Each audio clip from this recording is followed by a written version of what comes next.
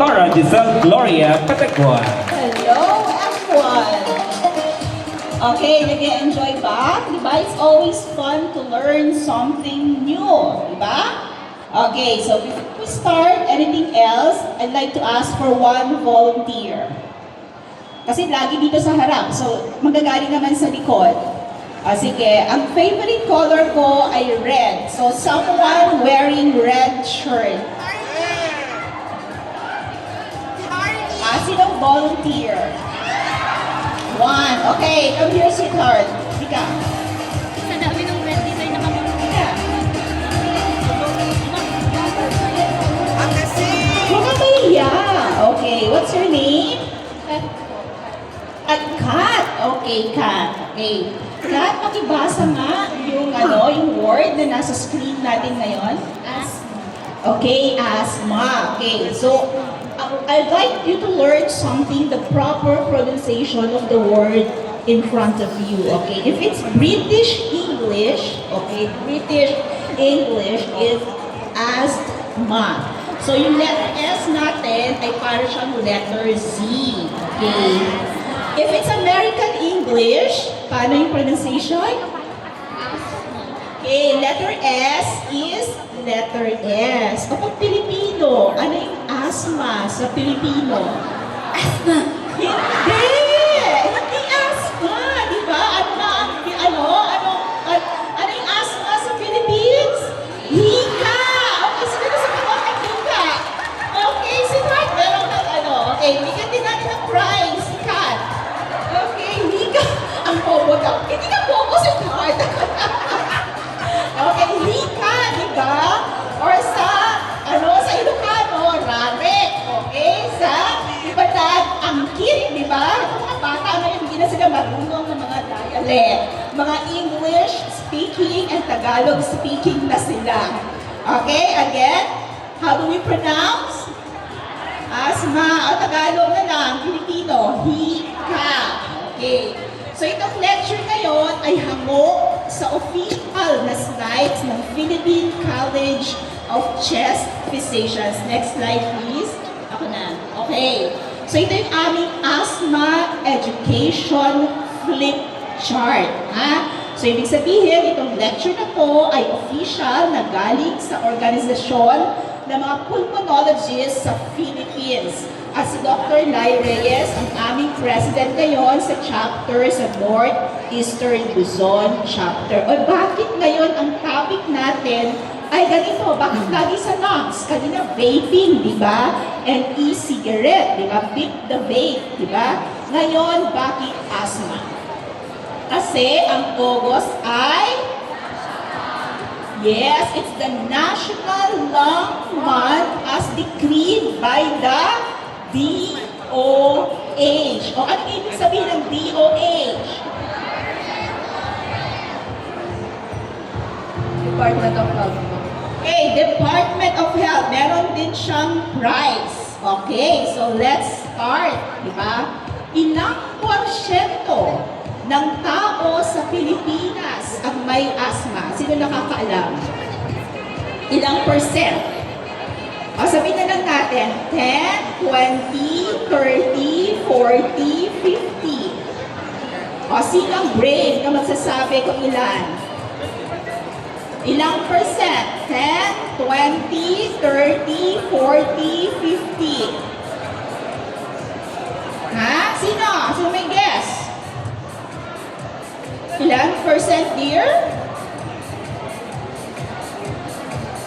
Wala naman sa choice ang 12%. Diba? Sabi ko 10, 20, 30. 10% daw. O, tingnan natin kung tama sila. Yes, approximately 8 to 10%, diba, of adults in the Philippines ay may asthma. Okay, sa audience natin ngayon, kayo, sino may asthma sa inyo? Okay, stand up. Stand up, sweetheart. Sino may asthma? Kayo, sino may asthma? 1, ilan pa? 2, 3, sino pa may asthma? 4, 5, kadami pala 6. Ilan pa? 7. Meron pa ba tayong prize? May price at may asthma. Sige, tayo. Umami na may asthma. Ay, lahat na. Ang dami may asthma. Bakit biglang dumami kayo na may asthma? Ano ba yan? Okay. Sige, bigyan nyo. Lahat na may asthma. Tingnan nyo, diba? Parang representative sila ng percent na may asthma sa Philippines. It's 8 to 10% ang may asthma. Pero, Bigla dumami. ang nakakalungkot, okay, sa mga nakatayo, yung mga may asthma, remain standing please. Please remain standing. Ayan. Okay, sino yung may asthma, nakatayo lang, okay? Bigyan nyo ng prize. Tatanungin ko kayo, ilan sa inyo ang may gamot for asthma? Okay. Okay, taas ang kamay. Sino may gamot for asthma? 1, 2, so, sa dami nila, mga 20, tatlo lang sa kanila. Tatlo lang sa kanila ang may gamot for asthma. Which is, kita natin, 98% of Filipinos are not receiving the proper treatment for asthma. So, parang representative talaga yung group natin ngayon. Okay, sweetheart, you may now sit down. You may gamot for asthma. Okay, remember those terms kasi mamaya may exam tayo, ha? Okay, remember, 8 to 10% of adults may asthma sa Philippines. Ang nakakalungkot, only 98% of those are treated properly for asthma. Nakakalungkot, diba? Ang baba ng rate natin. And 89% na nako-confine sa hospital ay hindi pa tama ang gamot. Ang ginagamit lang nila ay yung blue or green inhaler, yung mga salbutamol, yung mga nebulizer, mga ganyan. Mamaya, sasabihan ko kayo kung ano yung proper treatment for asthma. So, hindi ba kayo nalulungkot sa statistics na to? Oftentimes, di ba, dinidismiss lang natin na yung pabalik-balik na simptomas natin ay normal na dahil Pilipino tayo. Hindi normal yon. Okay? Hindi yon normal. Okay, everybody stand up. Meron tayong exercise. Kasi gusto kong iparamdam sa inyo, lalo na yung mga hindi asthmatic, kung ano ang feeling ng isang pasyenteng may asthma. Okay, lahat, ganito natin. Imagine natin, ay, wag green-minded, okay? Wag green-minded, F1, okay? So ito, imagine natin na ito ang tubo ng ating paghinga. Diba? Grow yung ating tube sa paghinga. Sikipan mo. Sikipan mo. Fingers natin ay yung muscles na nakapalukot doon sa ating bronchioles o yung tubo ng paghinga. Okay? And then ito yung mucosa o lining ng ating tubes. Okay. So ngayon, gusto ko lahat i-blow ninyo. Ha? So ito ganyan malaki. Blow. Blow it. Okay, di ba? Anong feeling natin, di ba? Very free or madali lang pumasok yung hangin sa tubo. Okay, next. Hihigpitan natin ng konti. Alahati, ganyan. So kanina ganyan, di ba? Ngayon naman ganito. Okay, try breathing dito. Medyo mahirap na, di ba? Na lumabas yung hangin, di ba? Medyo mahirap. Next, mas lilitan pa natin ngayon. Lilitan natin. And then try blowing. Ano ang nararamdaman? Mas mahirap nang ilabas yung hangin, di ba? Okay, sit down na tayo. Okay, mas mahirap na. Kasi ganun ang nangyayari sa isang pasyenteng may asthma, lalo na kung ito, pasyente na to ay inaatake. Okay, next. What is asthma? Ano ba ang asthma? Rinig na ganun kanina. Ano bang asthma? So ito ay sakit na chronic na sakit. Ha? So pag sinabi natin chronic, pangmatagalan. Okay. Pangmatagalan siya, hindi lang siya panandali ang sakit. Di ba, mostly kayo, nakaramdam na may asthma kayo nung bata. Sino nga ba yung asthmatic natin dito kanina na tumayo na naka-receive ng prize? Ikaw? O, halika here. Ilang taon ka nang may asthma? Ma'am, ano ko? Grade 6 ka. See? Grade 6. Ilang taon ka na ngayon? O, 20 years old. So, since grade 6 siya, may asthma na siya. So, isipin niyo kung gaano katagal na yun, di ba? Kung nung grade 6 siya, 12 years old ka nun, di ba? O, so 12 years old, so ilang years na yon, di ba? Sino ba yung asthmatic dito?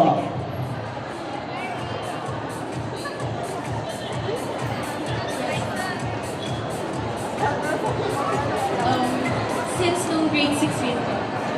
Parehong grade 6 din sila. Sino ba yung younger than grade 6? Since grade 1 po. Po, since grade 1 na may asthma, so ganun talaga yung asthma, sobrang tagal, diba? It's a chronic illness. So yung ginawa natin kanina na ganito, dinemonstrate lang natin na in a patient na may asthma, lalo na pag inaatake, very sensitive yung baga natin. Ibig sabihin nun, pag ma-expose ka sa isang trigger, pwede ka magkaroon na ng sintomas ng asthma, di ba? So, very sensitive. Second, pag na-sensitive na siya, so inflamed na yung airways natin, nagiging, yung mucosa natin ay magiging, di ba, loose na siya. So, swollen na siya. Kaya di ba sinasabi ko yung kanina ginawa natin, di ba? So, sa ganito na normal na baga, kumikipot siya, liliit dahil namamaga yung lining ng baga. Second, ito, di ba sabi ko, ito yung muscle ng ng tubes natin. Anong nangyayari? Nagiging makipot siya, kaya ganito na lang yung tubo ng baga natin, which leads to difficulty of breathing. Di ba?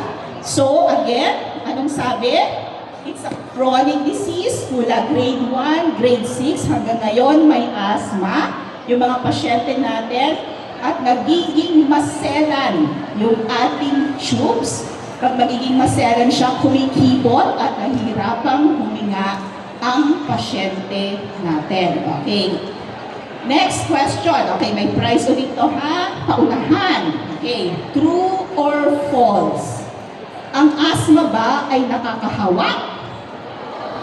Okay, nauna siya. True or false? False. Very good. May prize siya. Okay. Ang asthma ay hindi nakakahawa dahil hindi ito infection, di ba? Ito actually ay namamana. Nasa genes yon. So, hindi siya infection. So, hindi siya nakakahawa. So, ngayon, paano natin masasabi na ang isang pasyente ay may asthma? So, punta tayo sa sintomas ng asthma. Okay? Yung mga asthmatic, ano yung mga symptoms ng asthma ninyo? Ha? Nahirapang huminga. Number 1. Next. Okay. Meron daw silang naririnig na parang whistling sound. Okay, ano pa? Ano pa? Sintomas, common. Madaling mapagod. Okay, ano pa? Pinakakamang ng sintomas na lahat. Inuubo, di ba? Mga ganyan ang mga sintomas ng asthma natin. Okay. So, ito yon. So, most common symptom ng asthma natin ay coughing. Okay. Inuubo. Sino na nakaranas ng inuubo na asthmatic? Lagi bang may plema? Pwedeng may plema, pwedeng walang plema. Okay, next. Wheezing, ang galing nila, okay?